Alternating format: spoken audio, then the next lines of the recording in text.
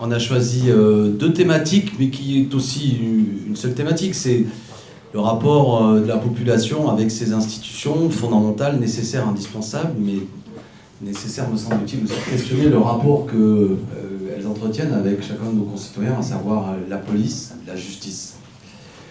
Alors, vous le savez, le but, c'est le but de ce genre de soirée, d'inviter deux personnes qui ont travaillé sur ces sujets. Alors, je vais les présenter immédiatement. Donc, déjà, Vincent Gendreau. Valentin Gendreau, journaliste, et qui, notamment, avait fait une enquête, j'évoquais tout à l'heure, d'un ouvrage qu'hélas, nos amis du lendemain n'ont pas trouvé, qui date d'il y a 5 ans, qui s'appelait Flic, tout simplement, et le sous-titre était, je vais pas le déformer, c'était Infiltré dans la police. Un journaliste infiltré dans la police. Et puis après, à côté de moi aussi, Céline Marcovici, vous êtes avocate. Absolument, ça j'ai pas faux. Et en particulier, vous intervenez, et vous êtes fait un peu une spécialité de la défense, notamment des femmes victimes de violences. Et vous avez fait cet ouvrage qui est une manière un peu aussi d'établir le parcours difficile, si je puis dire, mais vous allez nous en dire deux mots, aujourd'hui qu'il peut y avoir, qui peut exister encore, quand on est une femme victime de violence et comment la justice reste souvent une forme de parcours du combattant.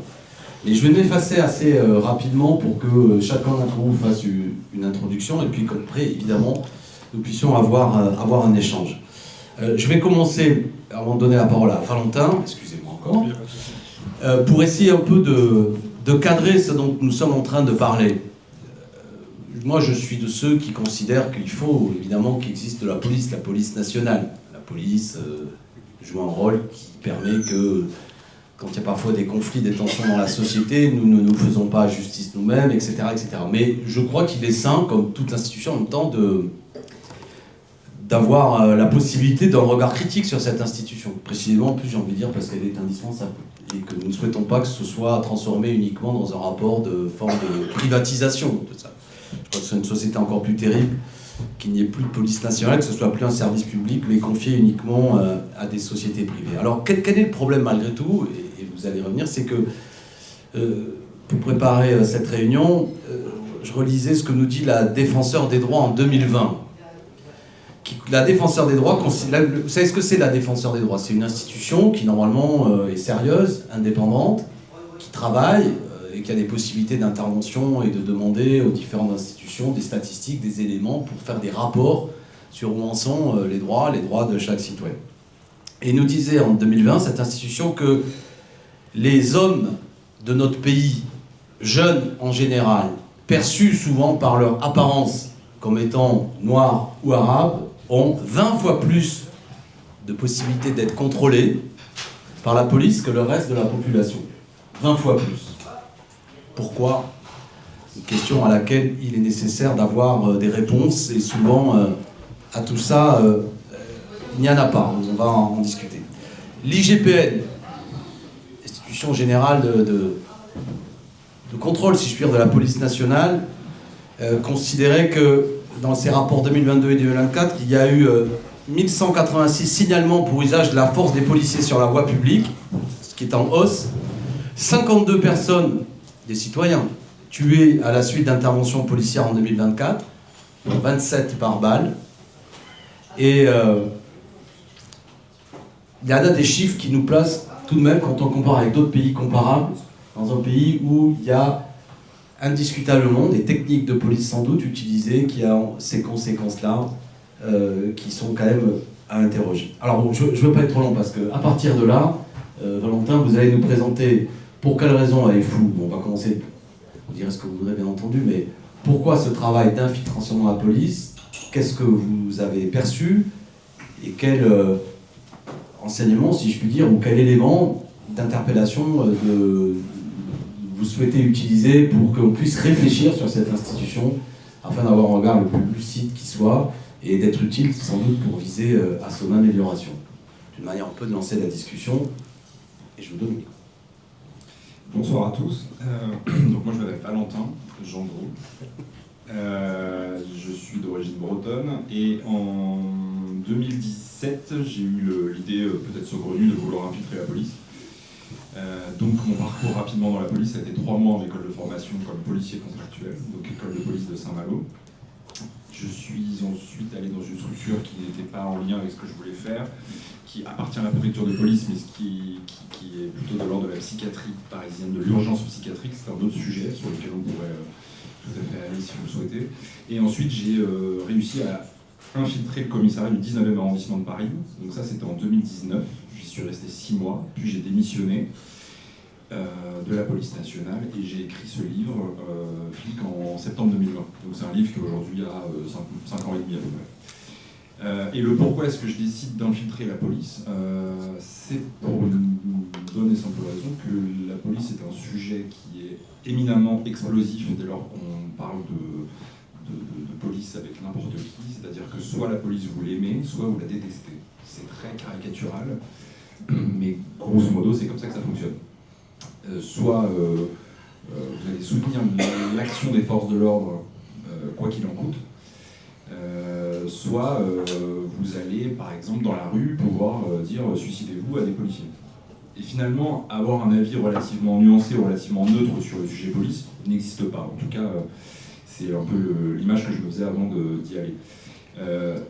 C'est aussi un sujet qui est intéressant parce que vous avez chaque année 50-60 policiers qui mettent fin à leur jour.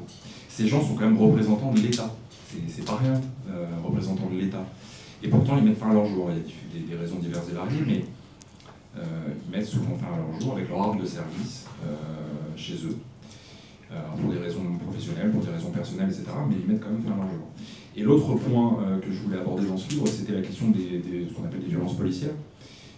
Parce que être à l'intérieur d'un réacteur policier, donc être à l'intérieur d'un commissariat, permettait de pouvoir montrer, raconter et dénoncer aussi des violences policières que j'aurais pu voir. Voilà. À la suite de ce livre en 2020, donc j'ai fait pas mal de promotions, etc. J'ai été auditionné par l'IGPN puisque le ministre de l'Intérieur de l'époque, Darmanin, avait demandé l'ouverture d'une enquête. Le procureur de la République de Paris avait demandé l'ouverture d'une enquête, donc j'ai été auditionné à l'IGPN. La moitié de la brigade avec laquelle je travaillais, donc c'est-à-dire 15 à 17 policiers ont été auditionnés aussi. Donc c'était en 2020. Aujourd'hui, il y aura un procès parce qu'un policier est mis en examen pour des violences sur un mineur qui n'avait pas la bonne couleur de peau visiblement. Et il y a toujours... Pardon, il y a un procès suite à votre livre? Ouais, on attend toujours la date et ça fait déjà presque 6 ans que, voilà, pour des faits qui datent de 2019. Ce que je voulais montrer dans ce livre-là, moi je ne le fais pas dans ce livre, je le considère comme un reportage. Parce qu'un journaliste qui s'infiltre, il fait du reportage, il fait du terrain, et il va là où le grand public ne pourrait pas aller. En tout cas, c'est l'image que je me fais de l'infiltration. Donc c'est pour ça que je vais dans ce commissariat pour faire du reportage, pour raconter l'envers du décor. Moi, je ne viens pas d'une famille de policiers, de militaires, de pompiers, de gendarmes, que sais-je. Je viens d'une famille qui méconnaît totalement le fonctionnement de la police et des forces de l'ordre en général. Simplement, c'est la curiosité du journaliste et ma curiosité personnelle aussi qui m'a attiré, on va dire, vers un commissariat. Donc, ce que je raconte dans le livre sur la police, c'est simplement des gens mal préparés. Moi, je suis devenu policier en 3 mois, avec l'autorisation à pouvoir porter une arme sur la voie publique. Donc, c'est-à-dire que je suis un danger public si je dois utiliser mon arme. Des gens qui, bien souvent, ne viennent pas de Paris aux Îles-de-France, mais qui se retrouvent à Paris en Île-de-France parce que c'est là que sont les postes. Des gens qui méconnaissent totalement la vie en Île-de-France, qui, quand ils arrivent en Île-de-France, emmènent avec eux la méconnaissance du terrain, le racisme aussi, souvent. Souvent, ce sont des gens qui viennent de petits villages. Par exemple, dans ma brigade, il y avait des gens qui venaient des Bouches-du-Rhône, de petits villages de 2-3 000 habitants dans les environs de Marseille, et ils arrivent dans le 19e arrondissement qui est extrêmement cosmopolite.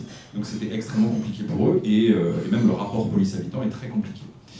Et moi, je pense que le rapport police-habitant est extrêmement dégradé aujourd'hui, notamment grâce à un monsieur qui s'appelle Nicolas Sarkozy, qui avait supprimé la police de proximité lorsqu'il était ministre de l'Intérieur. Et ce truc-là, d'avoir supprimé la police de proximité, fait à mon avis énormément de mal au rapport police-habitant. C'est-à-dire que quand des policiers interviennent, ils ne sont pas dans un rapport apaisé, ils sont dans un rapport d'adrénaline, d'interpellation, de ce qu'on appelle la bâtonnite, donc faire du chiffre. Et du coup, les rapports, évidemment, ne peuvent pas être apaisés. c'est aussi un métier, quand vous y êtes, pour parler très trivialement, vous avez les pieds dans la merde. Tout ce que vous faites quand vous êtes policier, c'est négatif. Quand vous êtes en interpellation sur le terrain, c'est négatif. Quand vous avez des gens qui viennent au commissariat parce qu'ils déposent une plainte ou pour des cas de violence conjugale, etc., évidemment, c'est négatif. Alors, je ne veux pas, moi, je ne suis pas un défenseur des policiers, mais je ne suis pas un opposant non plus. J'essaie juste de comprendre comment est-ce qu'on peut en venir à 50-60 suicides par an, comment on peut en venir à des violences policières à répétition dans certains cas. Pourquoi est-ce que des populations racisées sont 20 fois plus contrôlées que des blancs. Voilà, c'est tout ça. On commence comme ça? Ça va être super. Ouais. Merci. Je vais te donner la parole à Céline, mais je rappelle que moi j'avais demandé une commission d'enquête justement sur les violences psychosociales de la police. Hein, les chiffres, c'est en 2024, ça correspond à ce que vous avez dit, 26 gendarmes et 27 policiers se sont donné la mort. Hein, et sur ces 25 dernières années, c'est près de 1100 suicides, soit 44 par an. Les fonctionnaires de police qui viennent faire leur jour. 3 suicides depuis le début de cette année 2026. Alors il y a plusieurs, c'est multifactoriel comme on dit, mais beaucoup d'organisations syndicales qu'on entend souvent sur les plateaux télé parlent peu de ce sujet, et pourtant certains d'entre elles avaient parlé souvent de management toxique, je me souviens de ces formules. Donc c'est dur aussi d'être policier, psychologiquement. Alors bien sûr, il y a aussi parfois des drames personnels qui font que comme outil de travail on a une arme, ça peut faciliter l'utilisation de l'arme, mais il est important d'avoir ça en tête. Métier difficile, mais aussi qui a des conséquences assez terribles parfois sur ceux qui l'exercent. Alors, de la même façon, je vais donner la parole à Céline Marcovici. Je l'ai dit, on change un peu de sujet, mais ça nous a semblé intéressant de pouvoir mettre ces deux sujets dans la conversation. Celui de la justice, du rapport de nous comme citoyens à cette justice, et en particulier avec l'angle d'une question extrêmement sensible, avec actuellement un gouvernement qui, je crois que c'était pendant le premier quinquennat d'Emmanuel Macron, qui en avait fait grande cause nationale, à savoir lutter contre les violences faites aux femmes, mais une réalité qui est plus compliquée. Donc je vous donne le micro. Je vous remercie. Bonsoir à toutes et à tous. Je suis Céline Marcovici, avocate au barreau de Paris, présidente de l'association Avocats Femmes et Violences. C'est une association, pour en dire deux mots, qui existe depuis 1997, qui est composée d'une poignée d'avocats. Je dis bien une poignée d'avocats parce que le barreau de Paris comprend de nombreux avocats. Mais pour être absolument transparente, notre association comporte une trentaine d'avocats. Je dis bien avocats parce qu'il n'y a pas que des femmes au sein de cette association. Il y a quelques confrères qui luttent aussi au quotidien, et cette lutte en fait se concrétise, pour résumer, par des permanences téléphoniques hebdomadaires. Donc on a un numéro vert. Tous les lundis, lundi, mardi et jeudi, nous donnons des permanences téléphoniques gratuites, bien évidemment. Nous intervenons, au même titre que je peux le faire aujourd'hui auprès de vous. Nous intervenons au sein des écoles, au sein des hôpitaux, donc auprès de divers professionnels de santé, au sein, bien évidemment, du barreau de Paris pour former les confrères aux violences faites aux femmes, parce que, comme on l'a rappelé, oui, c'est devenu une cause nationale. Je dis souvent que les confrères, les professionnels de santé doivent être formés, mais finalement, si on réfléchit bien, c'est toute la société qui doit être informée, mais formée également, parce que si on a un peu de recul, on se rend compte qu'on connaît tous une femme, ou un homme d'ailleurs, parce que c'est vrai qu'on parle beaucoup des femmes, mais même si c'est une minorité, il y a aussi des hommes victimes de violences, mais on connaît tous une femme victime de violence dans notre entourage, que ce soit l'entourage proche ou même l'entourage professionnel. Donc notre rôle en tant qu'avocat au sein de cette association, c'est de lutter efficacement par la formation, mais aussi faire évoluer les mentalités judiciaires, parce qu'on le sait, la loi évolue une fois que les mentalités judiciaires vont plus elles-mêmes évoluer. Donc c'est les juges. On peut le voir à travers les différentes décisions. Ça a été le cas pour le viol conjugal, je dis ça, mais il y a déjà plusieurs années, si je remonte assez loin dans le temps. Mais aussi très récemment, on a beaucoup entendu parler du contrôle coercitif.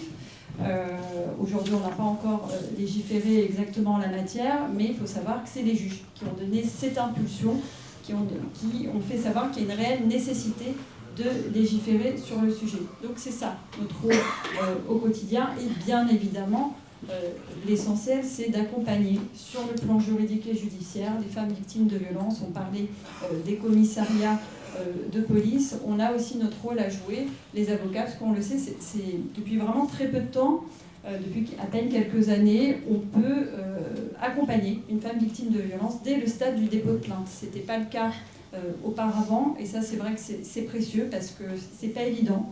C'est pas évident de franchir la porte d'un commissariat de police quand on est victime de violences conjugales notamment. Alors je vous parlais des violences faites aux femmes, mais si on parle de violences conjugales ou violences intrafamiliales, c'est pas simple de dénoncer le conjoint violent ou le père de ses enfants. Ça demande véritablement un effort très conséquent. Donc il faut avoir cette force, et aussi cette force d'aller finalement jusqu'au bout du processus. Vous parliez, M. Corbière, effectivement du parcours du combattant, mais c'est ça, c'est ce que j'ai essayé aussi d'expliquer à travers mon livre.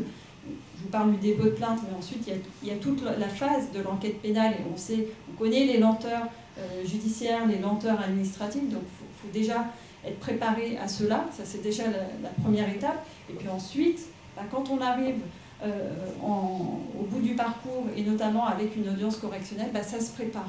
C'est pas aussi évident que ça. Oui, une femme victime de violence a le statut de victime.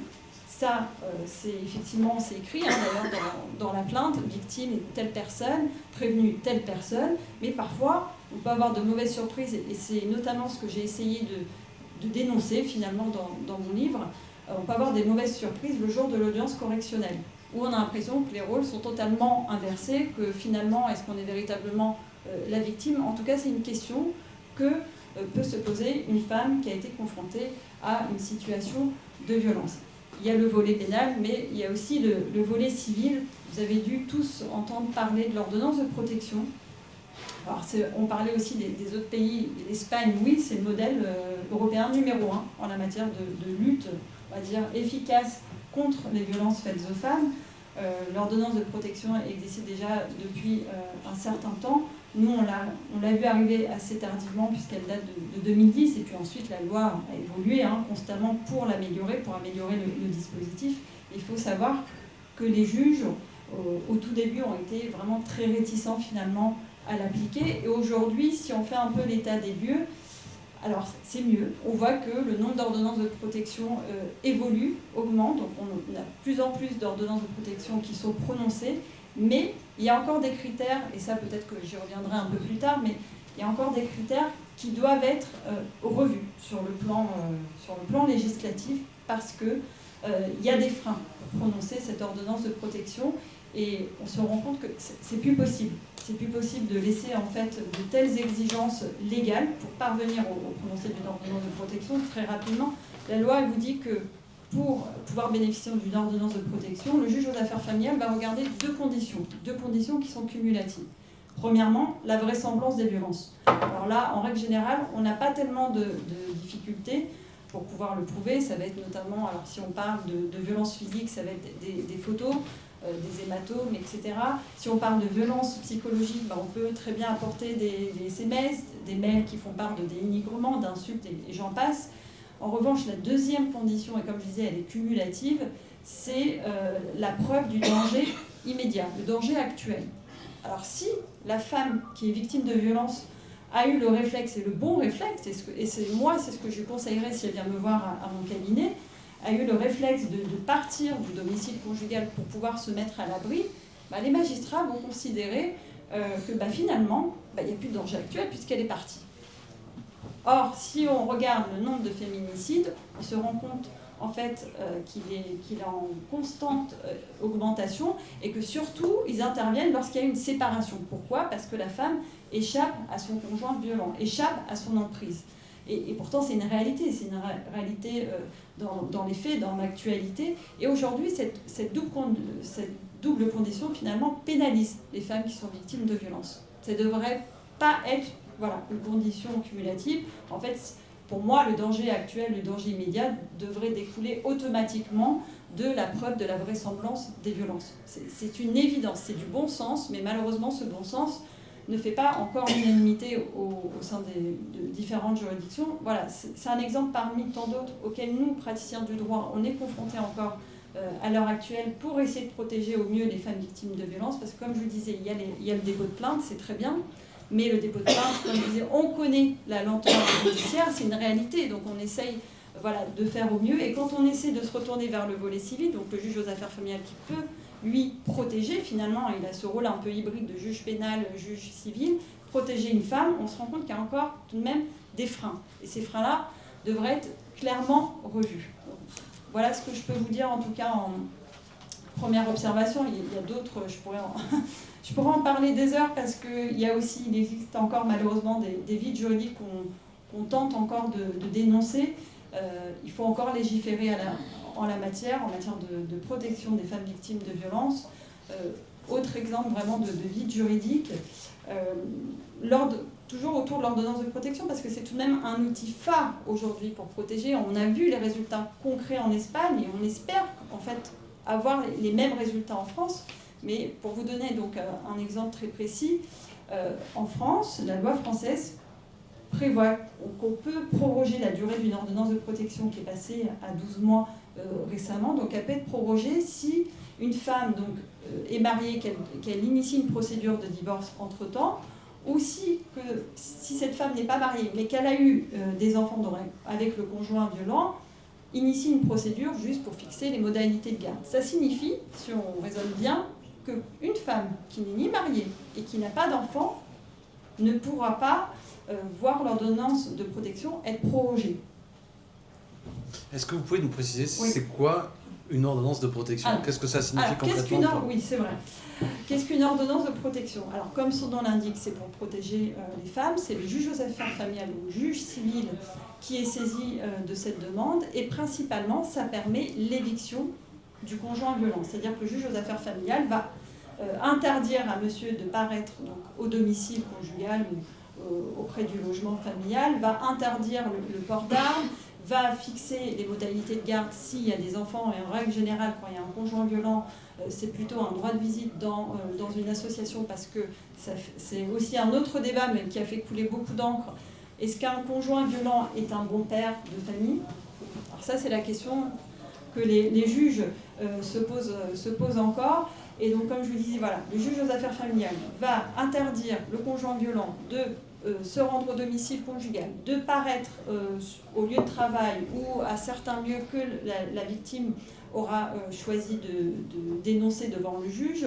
Ce sont vraiment les principales mesures, donc l'interdiction de port d'armes, sur la contribution aux charges du foyer, il peut se prononcer, tout ça à titre temporaire, parce que comme je vous disais, cette ordonnance de protection a une durée de 12 mois. La loi a bien évolué, puisque initialement c'était 4 mois, ensuite 6 mois, et depuis peu 12 mois. Donc si je résume, c'est essentiellement ça, l'ordonnance de protection. Et l'ordonnance de protection a aussi, on en parle peu, mais il faut le dire, a vocation à protéger les femmes qui sont victimes de mariage forcé. Donc c'est également une disposition qui est prévue dans le Code civil. Donc ce sont des mesures civiles de protection. On a d'un côté tout ce que peut faire la justice pénale avec le dépôt de plainte au commissariat de police ou gendarmerie, et de l'autre côté donc le volet civil avec l'intervention du juge aux affaires familiales pour l'ordonnance de protection. Et peut-être pour terminer, vous comme praticienne, vous avez évoqué le problème des moyens, quand il y a eu une ordonnance de protection, quelle est la proportion de cas où malgré des décisions de justice qui sont prises, en réalité concrètement, ça n'a aucun effet. À savoir, vous aurez compris, des situations où la femme n'a pas de solution de relogement, par exemple, ou est-ce que ça fonctionne bien? Vous comprenez le sens de ma question, c'est pas clair?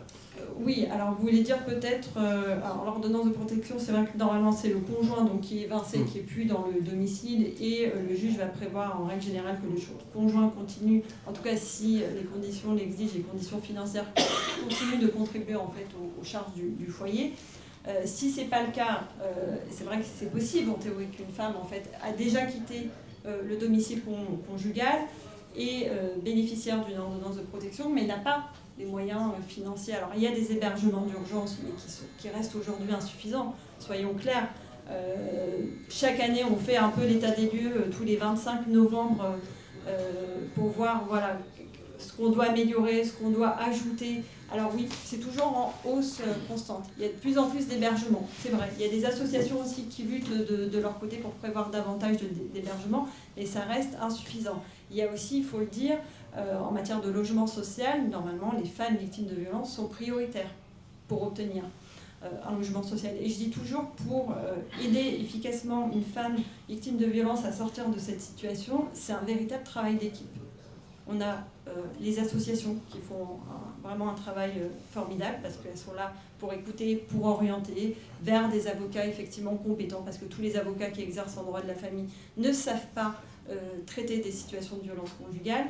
Il y a aussi le travail remarquable des assistantes sociales. Je parlais de demande de logement social, mais ça c'est avec l'aide bien souvent des assistantes sociales qui vont aider en fait ces femmes à remplir un dossier d'aide juridictionnelle. Donc on a vraiment besoin de tout le monde pour mener à bien, mais de manière très concrète, oui, on n'a pas assez encore d'hébergement d'urgence, c'est une réalité économique. Alors on augmente chaque année le budget, je le vois, chaque année il augmente. On a, comme je vous disais, un état des lieux qui est fait généralement les 25 novembre ou 8 mars, mais ça reste globalement insuffisant. Merci. Peut-être qu'on va commencer, si vous avez des questions, pour réagir à ce qu'a pu dire Valentin ou Céline, si vous permettez cette familiarité, vous avez par les prénoms. Et pendant que vous réfléchissez, vous l'avez dit, là encore j'ai donné quelques chiffres tout à l'heure concernant la police, mais concernant les violences conjugales, 2023, 271 000 victimes de violences conjugales enregistrées par les services de sécurité, ce qui fait une augmentation de 15% par rapport à l'année précédente.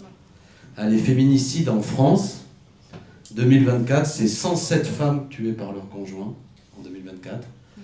C'est une augmentation de 11% par rapport à 2023. Je vous vois réagir comme si je dis des chiffres faux, vous le dites. Moins de 20% en vérité des plaintes déposées aboutissent souvent à une condamnation. Enfin bon, la réalité des chiffres, peut-être que vous les saviez déjà, mais elle est celle-là. Donc il y a une extrême complexité, évidemment. On vient de le voir, la justice évolue, c'est très bien, mais je le vois comme député. Souvent, l'aide aux femmes n'est pas à la hauteur des besoins. Je sais que dans la salle, il y a beaucoup d'amis qui sont des militantes féministes engagées. Je pense au travail formidable que fait la Maison des Femmes à Montreuil. Les moyens, je cite elles, mais ce n'est pas les seules. Évidemment, toutes ces associations formidables font un travail, mais par rapport aux demandes, souvent de femmes en situation de grande difficulté, avec des décisions de justice qui sont prises, mais concrètement, après, tout est très très difficile.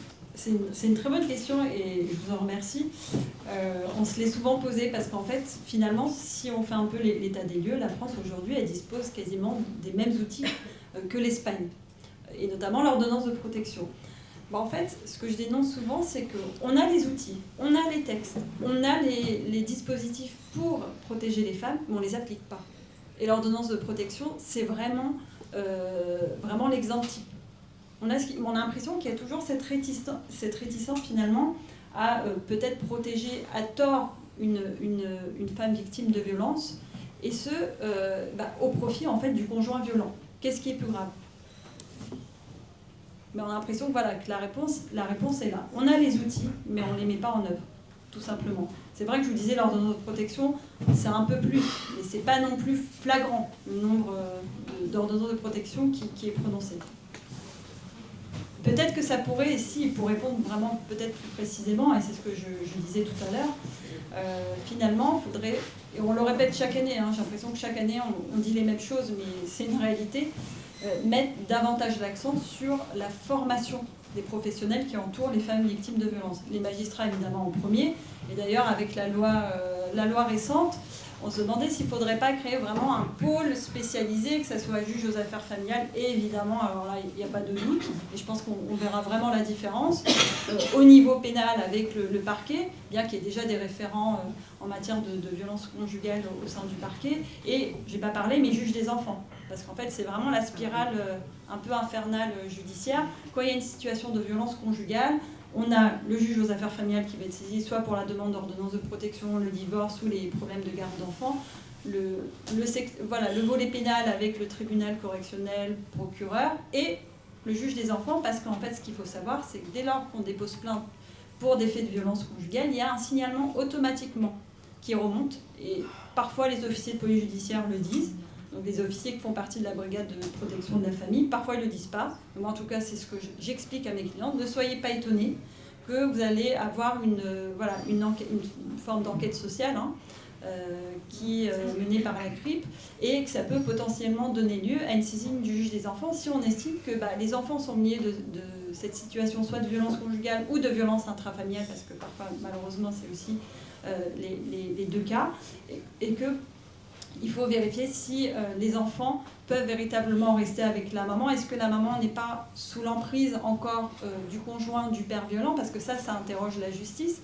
Dans l'intérêt des enfants, est-ce que les enfants sont en danger? Non pas que la mère est violente, mais la mère peut-être est toujours sous ce phénomène d'emprise du conjoint violent et peut-être susceptible de retourner avec son conjoint violent, même si elle a réussi à un moment T à partir. Mais c'est vrai qu'on le voit malheureusement, ça existe, les retours en arrière, voilà, ça c'est possible. Donc c'est vraiment cette spirale infernale, et pardon, vous voyez, je vous dis, je pourrais en parler des heures, mais oui, je pense que la formation de tous les professionnels, que ce soit les magistrats, que ce soit les services de police, gendarmerie, associations professionnelles de santé, parce que parfois c'est les professionnels de santé qui peuvent émettre finalement un signalement, parce qu'ils vont être les premiers interlocuteurs.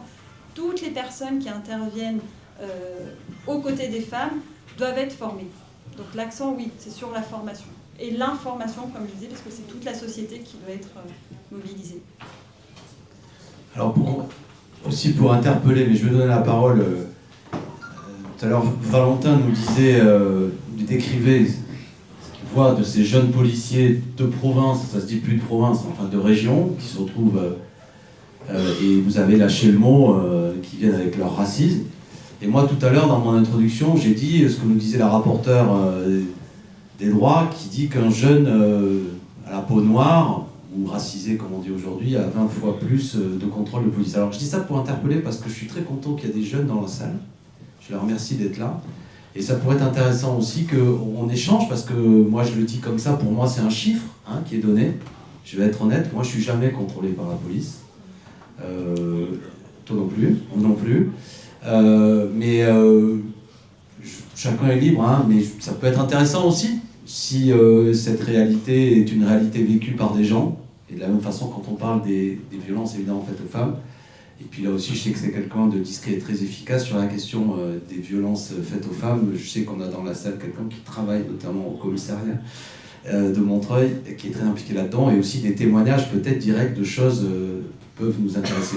On a effectivement, je pense, un constat, et on s'est interrogé sur ce point, et je pense qu'il y a véritablement, en fait, pour moi, une augmentation des violences faites aux femmes. Absolument, puisqu'à un moment donné, d'ailleurs, s'est posé la question de légiférer, d'introduire la notion de féminicide, de violence genrée. C'est un vrai débat. Je vais réinterpeller Valentin. Tout à l'heure, vous avez évoqué le fait du racisme, mais concrètement, est-ce que vous pouvez nous dire qu'est-ce que vous avez vu? Parce que c'est des mots qui sont forts, hein. Qu'est-ce que vous appelez du racisme que vous avez vu dans la police durant cette infiltration? Un exemple très concret, on est en patrouille, donc 3 ou 4 policiers, et puis vous avez un peu plus loin 15 ou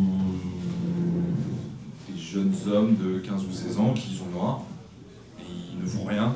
Ils sortent d'une conférence sur des métiers pour leur avenir, pour leur orientation à venir, et ils se font contrôler. Ah, évidemment, un policier, quand il contrôle, normalement, il doit avoir un motif de contrôle.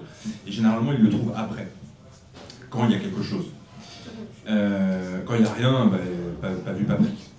Ce jour-là, c'est très banal ce que je raconte, mais ce jour-là, ils sont contrôlés simplement parce qu'ils sont noirs. Voilà. Et les policiers qui étaient là avec moi n'étaient pas noirs, et ils se sont dit, tiens. Alors, il y a un mot qui va être très choquant, mais qui est très utilisé dans la police, donc je vais le prononcer. C'est un mot pour désigner des jeunes hommes qui sont racisés. Les policiers les appellent les bâtards. Voilà. Et ça, ce jour-là, les policiers qui étaient avec moi ont dit, tiens, on va contrôler les 3 ou 4 bâtards qui sont devant nous. Voilà. Donc ça, c'est du racisme. Des gens qui sont en garde à vue sur la ils ont évidemment de la nourriture quand ils sont en garde à vue. Sur les cartons de nourriture, c'est écrit « bouffe bâtard ». J'ai vu ça plusieurs fois. Voilà. Oui, donc ça, ce sont des cas de racisme. Voilà. Souterrain, hein, puisque évidemment on n'en parle pas, mais ça c'est concret. C'est-à-dire, ce que vous êtes en train de nous dire, c'est qu'il y a un vocabulaire utilisé par des fonctionnaires qui semble courant, ou même les officiers, les supérieurs l'entendent, j'imagine, ou c'est... Alors, les supérieurs, en tout cas, alors moi je ne peux parler que du commissariat du 19e arrondissement, c'est un commissariat qui est sur 4 ou 5 étages, la hiérarchie policière, donc commandant, capitaine, etc., ils sont au 4 ou 5e étage, et souvent en réunion. Et bien souvent, ils ne sont pas sur le terrain. Quand ils sont sur le terrain, c'est pour les missions enquête d'action et ce genre d'ineptie, où là on les voit devant les caméras. Mais sinon, dans le 19e arrondissement, en tout cas, moi je ne les ai jamais vus sur le terrain, ces gens-là. Le mot bâtard, c'est un mot qui appartient au jargon policier. Vous avez énormément d'acronymes, etc. Mais moi, au bout de 3, 4, 5 mois de présence dans le commissariat, j'en viens moi aussi à utiliser ce mot-là. C'est un mot qui tombe dans le vocabulaire courant du policier.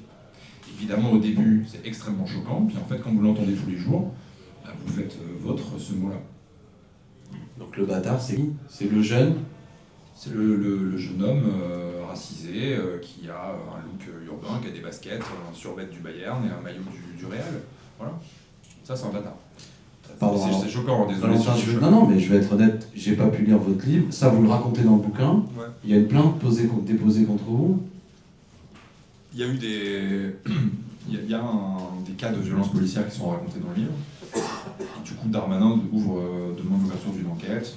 Et ça a été après. Sur les policiers ou sur vous? Moi, je suis entendu comme témoin assisté. Puis ensuite, je suis redevenu témoin et il y a eu des mises en examen derrière. Vous n'avez jamais été condamné parce que vous racontez ce témoignage. Non. Parce qu'on pourrait considérer que vous pourrez vous condamner si vous mentiez. Enfin bref, vous voyez ce à quoi je veux en venir. Je rappellerai néanmoins qu'un policier a ce qu'on appelle le devoir d'exemplarité. Comme je disais tout à l'heure, il représente l'État. Mais la pratique des policiers et des gendarmes dans ce pays, elle est régie par le code de déontologie. Ça date des années 80 avec Kerjox, qui était alors ministre de l'Intérieur. Et par exemple, un policier, très bête, là encore ça peut paraître un peu insignifiant, mais un policier qui contrôle quelqu'un n'a pas à le tutoyer. On n'a pas gardé les vaches ensemble. Les policiers n'ont pas à tutoyer. Alors imaginez ce qu'il peut y avoir derrière dans ce code de déontologie. Il y a la probité, vous avez le devoir de neutralité, des choses comme ça. Toutes les remarques que des policiers peuvent faire, c'est déjà normalement des choses qui devraient rentrer dans la notion d'exemplarité. Alors, encore une fois, on ne va pas mettre tous les policiers dans le même seau, et vous l'avez très bien dit, et je ne vais pas revenir là-dessus, mais moi, de ce que j'ai pu observer dans cette infiltration, vous aviez 7, 8, peut-être 10 policiers qui n'avaient pas des comportements dignes de policiers républicains. Et le problème, il est là, c'est que ces gens-là n'ont absolument rien à faire dans la police. Et malheureusement, ils restent. Et vous avez, ces dernières années, notamment depuis les vagues d'attentats qu'on a pu connaître, une politique gouvernementale qui a été de recruter massivement des policiers, sauf qu'aujourd'hui, des policiers, certains ont été recrutés à 6 sur 20. Alors moi qui étais à l'école il y a longtemps, mais un 6 sur 20, c'était pas une bonne note. Aujourd'hui, vous pouvez devenir policier avec un 6. Ça veut dire que vous n'avez pas rempli les conditions pour devenir policier. Quand j'étais policier contractuel, j'avais 29 ans à ce moment-là, mais j'étais de retour au collège, puisque j'étais en internat. On était à 7 par piole. Dans ma chambre, il y en a un qui avait été proche des jeunesses du Front National, dans son département l'Orne, donc en Basse-Normandie. Un autre qui avait un casier judiciaire, ils sont quand même devenus policiers. Là, vous voyez, là, ces garde-fous, on n'y est pas, quoi. Le compte n'y est pas. Alors, moi, je ne vais pas tenir un discours défaitiste. Il n'empêche que là, en fait, ces gens-là, il faut simplement les virer. Et malheureusement, ils sont toujours là. Et moi, la manière dont je conçois, y compris le débat de ce soir, vous l'avez dit, Valentin. Moi, dire tout le monde déteste la police, je trouve que ça bloque la discussion parce que c'est pas vrai en réalité. Mais à l'inverse, dès qu'il y a un jeune qui se fait tuer par la police, qu'on puisse jamais en discuter, et que sur les plateaux de télé, on a des gens qui ont une espèce d'omerta, c'est inacceptable. Il y a un sujet. Moi, je suis prof. S'il y a un collègue qui a un comportement inacceptable, il y a un élève, je suis pour qu'il soit viré. Point. Dans la police, on a l'impression qu'il y a un sentiment corporatiste qui rend le débat impossible. Et pourtant, on doit l'avoir. Moi, je suis totalement d'accord avec ce que vous venez de dire. Ce sont des fonctionnaires au service du peuple. Donc, il faut qu'on puisse avoir la discussion. Il est inacceptable qu'il y ait des propos racistes de la part d'un policier. Inacceptable. Sur la question de l'IGPN, c'est une évidence qu'il faut modifier les choses. C'est pas possible, premièrement, elle a peu de moyens, qu'elle ait les moyens de travailler, et il y a quelque chose là-dessus qui doit effectivement évoluer avec une véritable instance indépendante. Et après, il y a les effets. Je pense à ce film, je sais pas s'il est encore à l'affiche, Dossier 137 de Dominique Moll. Allez le voir, sur de quelle manière, notamment les violences durant le mouvement des Gilets jaunes, montrent aussi, même si c'est pas la même mécanique du racisme, mais le personnage principal est une membre de l'IGPN, et l'énorme difficulté, et même l'impossibilité qu'elle a, en réalité à la fin, de sanctionner ses collègues, parce que l'institution est tellement lourde et qu'elle n'y arrive pas. Donc on doit pouvoir avoir cette discussion. Et moi je pense que la manière de mener la discussion, elle a aussi son importance. Parce que si au bout d'un moment, je veux dire, la manière dont elle est menée donne l'impression qu'en réalité c'est la police elle-même qui est remise en cause, à mon avis, on ne peut pas embarquer la population, même s'il y a une majorité de gens qui est d'accord pour que ça change. Donc c'est pour ça que le témoignage que vous faites me semble extrêmement, enfin l'enquête qui est faite, c'est-à-dire sur la base de réalité et de faits concrets. Et peut-être que, et après on échangera, vous avez évoqué deux choses tout à l'heure, peut-être votre regard sur l'IGPN, je ne sais pas si vous avez pu travailler là-dessus, puis vous avez évoqué quelque chose en termes, moi qui ai travaillé un peu sur cette question, la bâtonnite tout à l'heure, c'est-à-dire les statistiques, le chiffre, la politique du chiffre qui est demandée aux policiers. Là aussi, peut-être que vous pouvez en dire qu'est-ce que c'est exactement en vérité, et en quoi ça donne des résultats sur le papier qui, en vérité, par rapport au trouble public, ont assez peu de conséquences vis-à-vis des citoyens. Qu'est-ce que c'est la bâtonnite ? La bâtonnite, c'est la politique du chiffre. Pour rester sur le commissariat du 19e arrondissement, c'était des brigades. Donc il y a 3 brigades de jour, une brigade de nuit. Ces 4 brigades-là sont mises en concurrence. C'est-à-dire qu'il faut avoir les meilleurs résultats par mois. Et la brigade dans laquelle j'étais, il y avait un major, donc le chef de la brigade, lui c'était le roi pour gonfler les chiffres. Alors on fait comment pour gonfler les chiffres ? Par exemple, quelqu'un qui va vendre ses légumes, ses fruits à la sortie d'une bouche de métro, il n'a pas le droit, il n'a pas les autorisations pour, un bâton.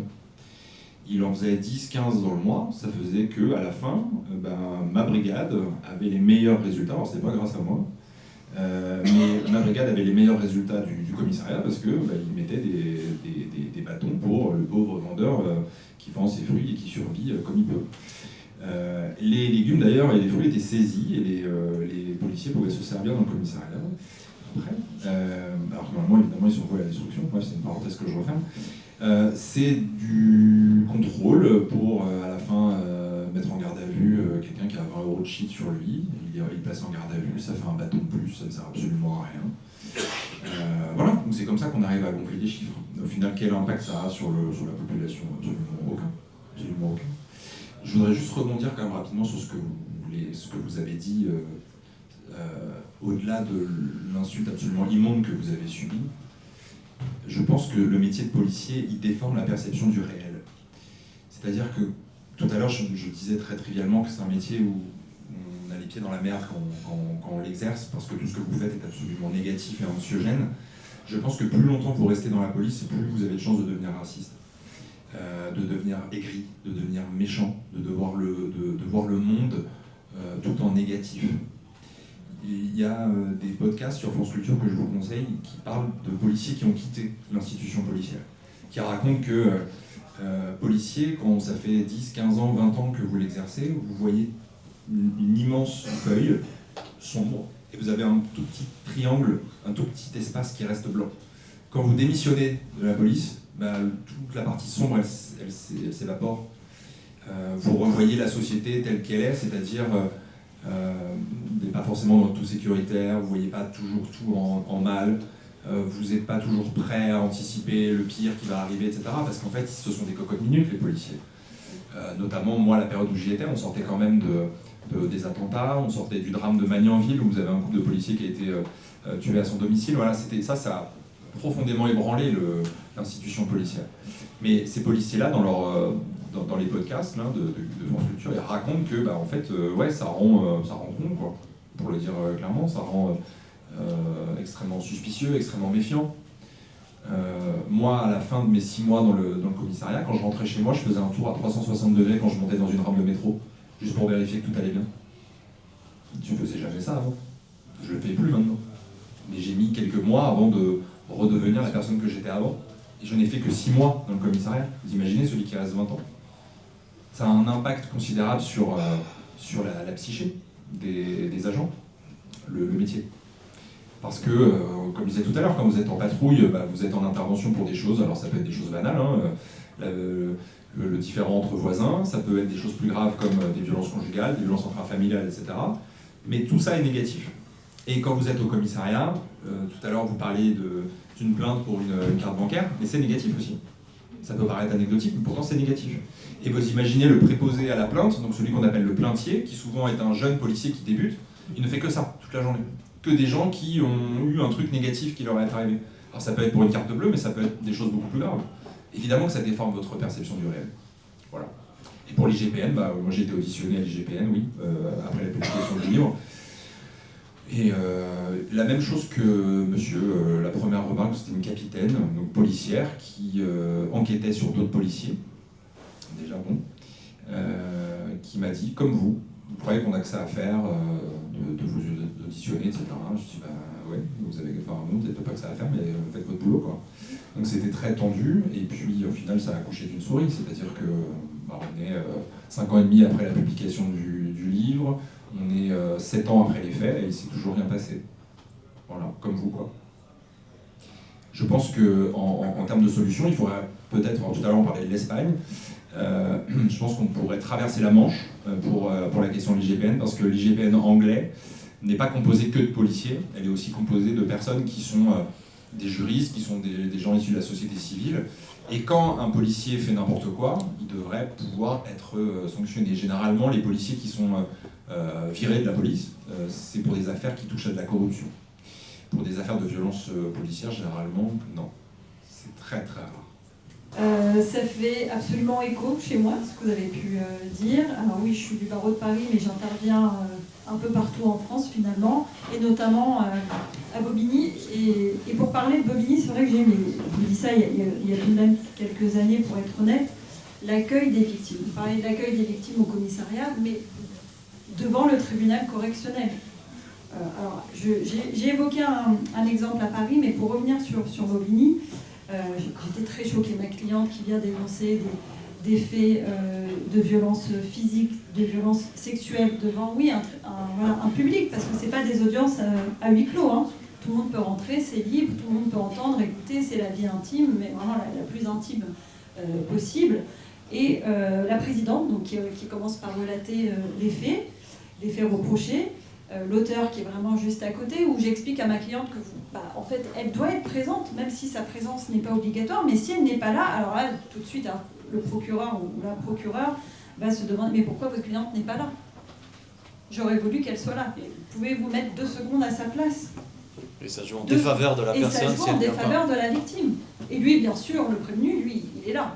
Il est là. Mais et la dame doit raconter à haute voix Absolument. les détails de la violence subie par un homme présent dans une salle où il y a d'autres personnes qui viennent. Alors, c'est vrai que c'est la présidente ou le président qui va faire ce travail-là, mais en règle générale, la présidente a toujours quelques questions à poser, des questions bien précises, parce que effectivement, le dossier de la police, finalement, sera peut-être pas assez étayé ou qu'elle a des questions. Et donc, c'est un exercice extrêmement difficile. Il faut essayer de se mettre à la place de la femme victime de violence. Et je m'en rappelle très bien, et c'est vraiment un exemple marquant que j'ai en tête. Donc, jeune femme, hein, peut-être d'une vingtaine d'années, ils n'étaient pas en couple, mais avaient une relation de couple, hein, ils n'habitaient pas ensemble, je veux dire par là. Et à l'époque, on n'avait même pas encore... alors, on n'avait pas comme circonstance aggravante, maintenant, peu importe qu'il y ait cohabitation ou pas, et je vous parle de ça, c'était peut-être en 2019, et c'était pas encore reconnu dans le code pénal. Il fallait effectivement que la circonstance aggravante soit reconnue, qu'il y ait une cohabitation au sein de ce couple. Et moi, dans ma situation, l'idée, c'était de faire reconnaître cette circonstance aggravante, parce que sinon, ça a relevé non pas du tribunal correctionnel, mais du tribunal de police. Et si on parle de tribunal de police, on parle même plus de peine d'emprisonnement avec sursis, on parle juste d'amende. Donc non, enfin ma cliente, parce que c'était par rapport au... Pardon, je rentre un peu dans les détails un peu techniques, mais c'est tout de même important de rappeler l'évolution de la loi et l'évolution lente de la loi. Puisque si on avait des jours d'ITT, quand une femme dépose plainte, elle va aux unités médico-judiciaires pour faire évaluer le nombre de jours d'incapacité totale de travail. Et donc si c'était inférieur effectivement à 8 jours, et qu'on n'avait pas cette circonstance aggravante du fait qu'elle avait donc une vie de couple, une vie de cohabitation, ça pouvait être requalifié et c'était traité par le tribunal de police. Donc ça, je m'étais battue, je me rappelle, sur ce point-là en disant non, la loi doit évoluer, aujourd'hui c'est plus possible, elle a eu une véritable relation de couple puisque certes elle était étudiante et son compagnon aussi, mais soit elle allait chez lui, soit lui, il allait chez elle. Donc je voulais absolument faire reconnaître, parce qu'il y avait une incompétence qui avait été soulevée évidemment par le prévenu. Donc déjà faire reconnaître cela, ça c'était la première chose. Et nous étions contents, parce que tout de même là, le tribunal correctionnel de Bobigny nous avait soutenu sur ce point, et le parquet également, qui nous avait rejoint sur cette position, à savoir que le tribunal correctionnel devait se déclarer compétent, et non pas le tribunal de police. Mais surtout, ce que je voulais vous dire, vous voyez, on peut en parler encore des heures, il y a beaucoup d'exemples qui viennent avec un seul exemple. Mais la présidente, quand elle relatait les faits, on avait l'impression que c'était comme si elle nous parlait de la pluie et du beau temps. Avec un sourire aux lèvres. Ça, c'est pas qu'à Bobigny que je l'ai vu. C'est vrai que moi, ma cliente, elle tremblait, elle était debout, déjà être debout devant la présidente avec son compagnon violent vraiment à quelques mètres et voir une présidente qui dit les choses avec un sourire, non. Voilà, le sourire, il n'est pas possible, il n'est pas entendable. Qu'elle se mettait à pleurer et qu'elle continuait de lui poser des questions, où j'ai dû intervenir, parce qu'on n'est pas censé intervenir. Voilà, écoutez madame, asseyez-vous, je vais prendre le relais, si vous me permettez madame la présidente. Là, ma cliente, elle ne peut plus. C'est plus possible pour elle. Et ça, vous voyez, ce ne sont pas des cas isolés. Je vous parlais de Bobigny, mais on peut le voir, j'ai pu le voir à Paris, où une cliente n'était pas présente, elle m'a dit, écoutez, pour moi, c'est juste pas possible, c'est pas imaginable de me retrouver dans la même salle, à quelques mètres de mon conjoint violent, avec tout ce qu'elle avait subi. Alors là, on cochait toutes les cases, il y avait les violences physiques, les violences psychologiques, les violences sexuelles, on était vraiment, et là, j'avais lutté pour que ça soit reconnu, enfin, vraiment, violence économique, il prenait ses salaires, violence administrative, elle avait même plus ses passeports, les passeports des... Enfin, vraiment, il cochait toutes les cases. Et elle m'a dit, je ne pourrais pas venir. J'ai essayé de la convaincre parce que je connaissais l'importance pour les magistrats et notamment pour le procureur, où là, c'est même pas la présidente qui m'avait dit, mais pourquoi il n'y avait que des femmes, hein. C'est même pas, on ne peut pas dire, oui, peut-être les hommes comprennent moins bien les violences conjugales. Non, non, là, j'étais entourée de femmes, donc. Une présidente, deux autres magistrates et la procureure, donc la procureure, une femme. La première question, c'est même pas la présidente, c'est elle est où votre cliente? Pourquoi votre cliente n'est pas là? Alors qu'on sait que généralement, le parquet, le procureur, va tout de même défendre, oui, les intérêts de la société, mais surtout les intérêts de la victime. Mais là, je me suis dit, mais la cliente, c'est qui? C'est la victime ou c'est le prévenu? Elle dit, ça lui portera préjudice, vous lui direz. Ah, vraiment extrêmement choquée. Autre exemple, et c'est notamment un témoignage qui figure dans mon livre, une jeune femme aussi d'une vingtaine d'années qui est ressortie avec 45 jours d'ITT. Enfin, je ne sais pas si vous vous rendez compte, mais c'est juste énorme, qui a été balancée par son petit ami contre une vitrine de magasin. Donc elle s'est retrouvée avec un coup de casser une rééducation. Elle était en plein dans ses études, qui avait aussi des hobbies de tennis. Enfin, toute sa vie s'est arrêtée, sans parler du traumatisme qu'elle a pu subir d'un point de vue psychologique, ou quand elle raconte les faits devant le tribunal, encore une fois, hein, c'est pas la présidente, c'est pas le président, c'est le procureur. Là, je dis le procureur. Bon, mademoiselle, il faut sortir de votre état de victime. Enfin, vous êtes jeune. Oui, c'est une petite amourette qui a mal fini. Non, c'est pas une amourette qui a mal fini. 45 jours d'ITT, on ne parle pas de 2, 3, 4, et même 2, 3, 4, c'est pas anodin. 45 jours d'ITT, comment on peut dire ça? Comment est-ce possible?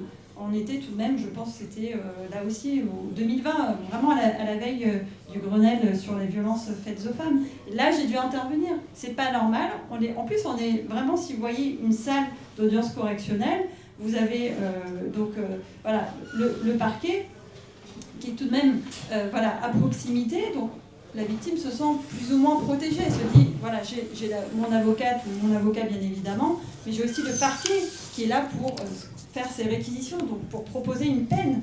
Et là, on ne parlait même pas de proposition de peine contre l'auteur des faits, mais de dire, de faire une leçon de morale finalement à ma cliente. Madame, il faut sortir de votre état de victime. Madame, il faut avancer.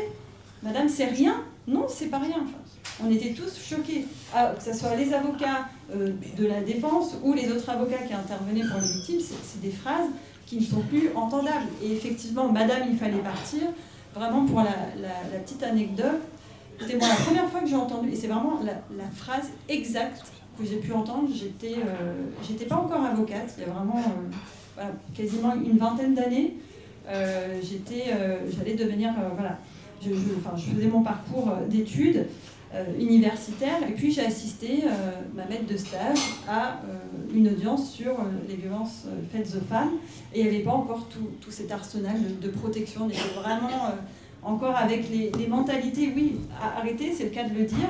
Donc l'avocate présente le dossier pour obtenir, et là l'ordonnance de protection n'existe pas. On était juste là pour tenter d'avoir une date de divorce très proche, puisqu'il y avait un contexte de violence conjugale et qu'il y avait urgence à ce que les deux époux n'habitent plus ensemble. Et dès lors qu'elle a parlé, qu'elle expose la situation, la juge, donc, qui avait de la bouteille, parce qu'elle était plutôt plus proche de la retraite, je pense, elle l'a arrêtée tout de suite. Maître, je vous arrête, votre cliente, elle a déposé plainte? Ah non. Elle n'avait même pas eu le temps de s'expliquer, qu'elle a dit non mais là c'est plus possible. Pourquoi elle n'est pas partie, votre cliente? Pourquoi elle n'est pas allée déposer plainte? Et vraiment, quand on entend ça, on se dit non. Les magistrats, c'est pas possible. Ils ne peuvent pas être juges aux affaires familiales, traiter effectivement des situations de violence conjugale et tenir ce genre de discours. Quand je vous disais que la formation est essentielle, évidemment, c'est une évidence. Alors ça, je vous disais ça il y a quelques années, mais c'est des questions malheureusement qu'on peut encore retrouver quand on plaide une situation de violence conjugale. C'est plus entendable. Ou une question qui peut être posée par le juge des enfants. Parce que le juge des enfants, oui, comme je disais, il est dans la boucle, et lui, quand il voit un dossier arriver, il va dire « Ah, d'accord, vous évoquez une situation de violence conjugale, mais est-ce qu'il y a une plainte qui a été déposée qu'est-ce qui a été fait à ce niveau-là ?» Et si on répond « non », là, tout de suite, dans l'esprit du magistrat, c'est pas possible. Comme je vous disais, franchir la porte d'un commissariat de police ou d'une gendarmerie, c'est véritablement pas un acte anodin. Ça demande une force considérable. On parlait du parcours du combattant. Oui, ça va être long parce qu'il peut y avoir parfois des retours en arrière. Ça va être laborieux parce qu'il y a beaucoup de démarches sur le plan aussi administratif, et les avocats, les associations, les assistantes sociales sont là pour aider, mais c'est vraiment pas simple. C'est facile de dire derrière son bureau une personne qui n'est pas confrontée à ce type de situation: Madame, pourquoi vous n'avez pas déposé plainte? Madame, pourquoi vous n'avez pas quitté le domicile conjugal? Et tout simplement, on parlait de réalité économique. Oui, quand vous me disiez, c'est choquant, 10 places d'hébergement, voilà, c'est une phrase qui ne devrait pas être posée. Pourquoi vous n'êtes pas parti? Il y a véritablement des questions aussi de dépendance financière, dépendance économique. Les femmes, quand elles viennent me voir, me disent mais comment je vais faire? Comment je vais faire pour, tout simplement, pas pour vivre, mais pour survivre, en fait. Si je dois partir avec mes enfants, où je vais être hébergée? Comment je vais me nourrir? Il faut assumer les frais au quotidien. Ouais, on se dirige vers la fin de nos échanges. Moi, je veux dire que, comme élu, le nombre de situations, j'ai Delphine qui travaille avec moi, il y a Marcus ou Thomas, des gens qui se tournent vers nous, y compris avant même que le drame arrive, souvent, mais une femme qui veut partir et qui aimerait qu'on puisse trouver un logement. Et là aussi, on est face à on voit bien qu'il y a un malaise qui s'installe et on est souvent totalement impuissant. Et de la même manière, en vous écoutant, je n'arrive pas à retrouver le chiffre ou de la puissante mobilisation qui avait lieu il y a 5-6 ans pour que la Seine-Saint-Denis ait au moins les mêmes moyens que des départements qui sont mitoyens. Il y a eu, je crois, 12 magistrats supplémentaires en Seine-Saint-Denis, mais je relevais des chiffres. Récemment, c'est la nouvelle présidente du tribunal qui disait qu'il y a eu 325 000 PV qui ont été faits l'année dernière par le tribunal. C'est une augmentation de près de 85%. Il y a une explosion de l'activité, évidemment, judiciaire, rendue dans les conditions que vous venez de décrire, c'est-à-dire une justice de mauvaise qualité. Et je crois que c'est aussi ça qu'il faut retenir de nos échanges, c'est que nous parlons de services publics dégradés, avec des gens qui travaillent dans de mauvaises conditions, et qui, évidemment, parce qu'ils travaillent dans de mauvaises conditions, se réfugient dans des comportements souvent, souvent il y avait un terreau, mais qui consiste à être dans une espèce, pour ce qui est de la police, parfois de confrontation avec la population, parce que leurs conditions de travail, leur formation, etc. Là encore, moi je connais bien le commissariat des Lilas, c'est des préfats, les voitures ne fonctionnent pas bien, on leur demande, vous avez évoqué la bâtonnite, de faire du chiffre. sur du cannabis, qui, de mon point de vue, moi j'ai pris position pour la légalisation du cannabis. Je pense que c'est une perte de temps. En vérité, ça occupe plus de 30% des policiers, alors que la lutte contre le narcotrafic, ça nécessite des moyens d'investigation véritables, et pas seulement emmerder les mecs à Gallieni qui vont acheter du shit, parce qu'on peut faire du chiffre là-dessus en serrant des gens à l'infini. On réglera aucun des grands trafics qui ont des dimensions internationales, au moins pour ce que je sais de la capsulerie, où les donneurs de drogue sont évidemment à l'étranger, la police le sait, et vous avez des situations de quasi, y compris ubérisation à la capsulerie, dans les parkings en dessous, il y a des gens en situation de grande précarité qui viennent de l'étranger, qui tendent dans des voitures, qui sont ultra précarisées. Enfin, je veux dire, c'est des choses qui ont des dimensions terrifiantes, et les policiers qui interpellent les jeunes font une activité qui, de mon point de vue, ne règle absolument rien, mais ça fait du chiffre. Et la même façon, au tribunal, effectivement, vous l'avez dit aussi, je ne sais pas si vous y êtes allé, c'est assez médiocre. Alors, peut-être... Ce qui importe dans ce genre d'histoire, c'est toujours la question de la preuve. Prouver que le policier a fait quelque chose qu'il ne fallait pas faire, s'est mal comporté, etc. Et bien souvent, c'est ce qui manque, la preuve. Et même quand on a des preuves, parfois c'est pas suffisant, mais quand c'est la parole de l'un contre la parole du policier, c'est toujours la parole du policier qui l'emporte. Donc, à réussir à avoir des preuves, mais encore faut-il y penser, c'est pas toujours évident. Et rappelez-vous la violence du débat quand il était question d'interdire de filmer les policiers. Bon, ils ont dû reculer, mais avec soi-disant, vous l'avez évoqué, il y avait eu un drame de policiers qui avait été agressé, mais ça servait de prétexte, le mot peut-être du point de vue policier est fort, mais à ce qu'il soit interdit de filmer une intervention de police. Et pourtant, c'est souvent ce qui permet que l'IGPN puisse travailler quand c'est filmé, parce que sinon il ne se passe rien. Bon, peut-être il faut conclure. Moi, vraiment, je vous remercie pour cet échange, et vous pourrez y passer la nuit.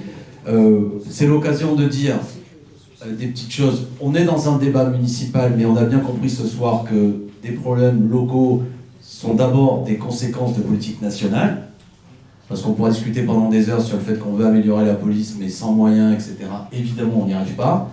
On pourra discuter sur le fait que le rapport à la justice doit être modifié, mais des budgets de justice extrêmement tendus, etc., dans le cadre de politique où il s'agit de réduire les dépenses publiques et surtout pas de créer de nouvelles recettes, à savoir solliciter ceux qui ont accumulé des richesses. On s'en sortira pas. Je veux dire par là que c'était important qu'on ait des témoignages ce soir, mais évidemment, ce qui nous intéresse, c'est une pensée globale pour reforger une autre politique, qu'elle soit une politique de sûreté, une politique de justice. Ça ne peut pas se faire dans les moyens actuels, me semble-t-il. Ce qui ne veut pas dire qu'il n'y a rien à faire dans le cadre actuel. Ce n'est pas du tout mon propos.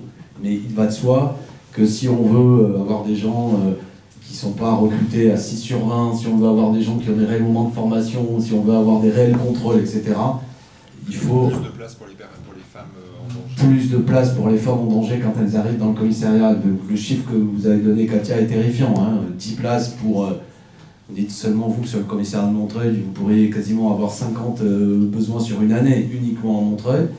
Voilà, et aussi au passage pour dire que le travail formidable que fait Katia, c'est aussi parce qu'il y a une municipalité qui permet d'avoir un support financier. C'est des petits détails, mais c'est des choses qui sont fondamentales à l'arrivée. Et toutes les municipalités n'ont pas les moyens, etc. Bon, on a évoqué le fait que, je ne relance pas la discussion, à Bagnolet, qui est quand même un lieu où il y a de l'activité, on va dire, on n'a pas de commissariat. On avait une antenne qui va réouvrir et pas de commissariat. Il faut aller au Lila, il faut avoir une voiture ou prendre le bus, tout simplement pour porter plainte. Enfin, je veux dire, bon, voilà où on en est dans le rapport qu'on a parfois sur des choses toutes bêtes. Porter plainte et on lâche l'affaire parce que c'est loin, parce qu'on, etc., etc. C'est ça la réalité qu'on vit en Seine-Saint-Denis sur ce sujet-là comme sur d'autres. Bon, c'est une raison de s'engager. S'il n'y a pas de mots à rajouter, on en reste là. Je vous remercie d'être venus. Vous êtes venus nombreux quand même pour ce débat. Je remercie nos invités pour la qualité de leur témoignage, le travail qu'ils font, ce qu'ils font au quotidien, évidemment vous, dans votre métier d'avocate, mais avocate engagée aux côtés des femmes, évidemment victimes de violences, le témoignage que vous nous donnez. Merci beaucoup. Céline, et puis Valentin aussi pour ce livre qui avait beaucoup fait parler à l'époque. Vous travaillez sur autre chose, mais peut-être qu'on vous réinvitera aussi sur d'autres travaux, sur ce que ça permet d'avoir un regard, pas caricatural, ce qu'on a essayé de faire ce soir.